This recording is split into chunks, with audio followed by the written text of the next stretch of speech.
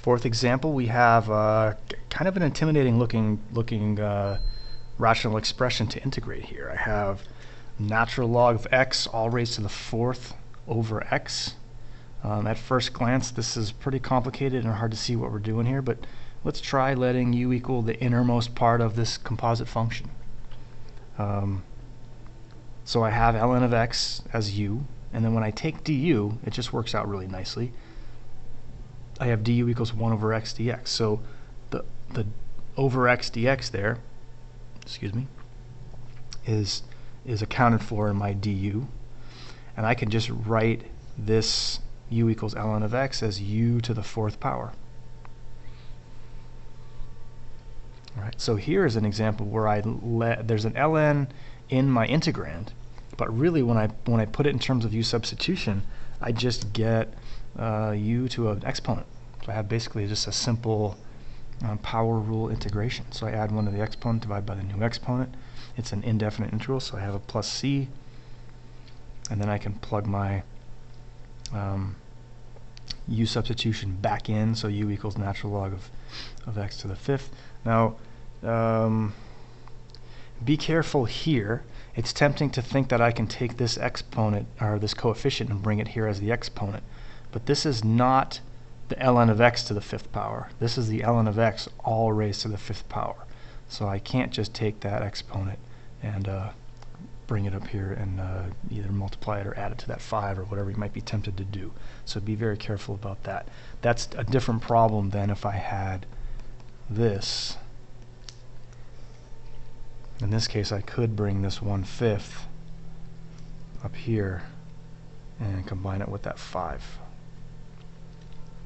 All right, our problem is different than that.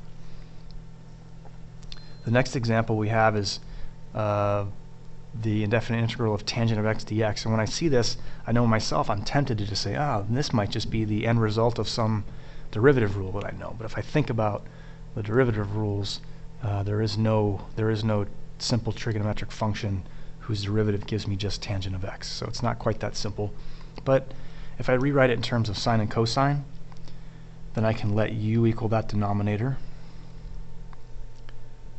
and du then becomes negative sine x dx. So it gives me my sine x dx, and I just have to offset it with a negative sign, and I have negative of the integral of 1 over u du. All right, you might reasonably ask, well, how would I know not to just let u equal sine of x? And the only thing I could tell you is try it. And if you do that, which it's a pretty reasonable, if you don't have a lot of experience with using u substitution for these types of integrals, this is a perfectly reasonable thing. You have two trigonometric expressions. I'm going to let u equal one of them. Okay, fine, that looks good. Now du is cosine of x. So if I try to write that in any kind of the integral of u du, or the integral of 1 over u du, I can't get this sine x over cosine x when I use that u substitution. So the only response I would have if you were to ask me, how do I know to use u equal cosine of x, I would say, well, you don't. But if you tried this first, you would see that it wouldn't work. So then you would say, well, my only other option really is to let it equal cosine of x.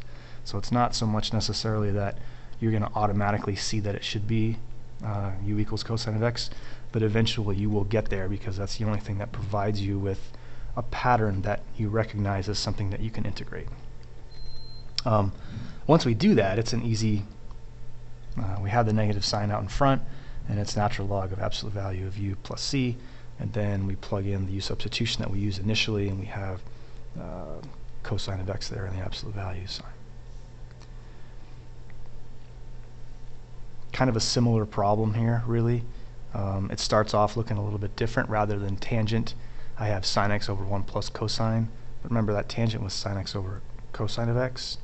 So these are pretty simple. I let u equal 1 plus cosine of x. Du is negative sine of x, so I have a very similar integration problem here. But now I have negative ln of 1 plus cosine of x.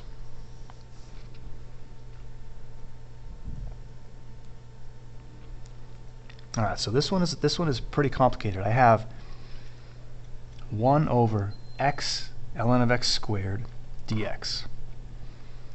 Okay, so let's take a look at here. I'm going to let u equal natural log of x squared. And then I'm going to take the derivative of that. And I get 1 over x squared times the derivative of x squared is 2x dx. This 2x over x squared reduces to 2 over x dx. Okay, and again, to me this is one of those ones where it might be reasonable to say, well, how in the heck am I supposed to know to let u equal that?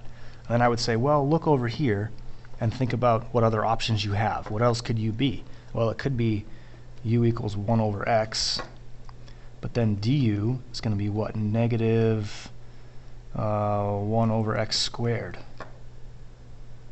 And no matter what I try to do with that, it doesn't produce a natural log of x for me, or a natural log of x squared. So that doesn't really work. My options are fairly limited after that. I see that doesn't work.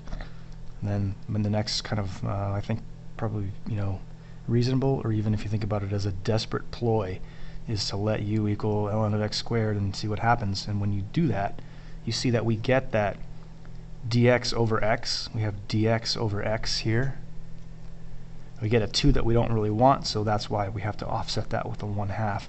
But once we do that, we get a nice clean integral in terms of u. And again, once we do that, that's a really easy integral to do. It just fits the pattern. We follow the pattern and then make the substitution again from there. All right.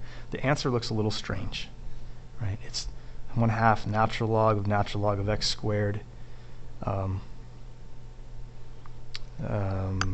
again, it's tempting to take this up here, and I guess we probably could move it up here, but we can't move it directly to the x squared. We can't use that 1/2 exponent on the x squared, but it seems like to me we could move it up here and make it the exponent on that ln of x squared as a whole. Not really sure that gains us anything in simplicity or not, but I think it's a possibility. One more page, hang in there.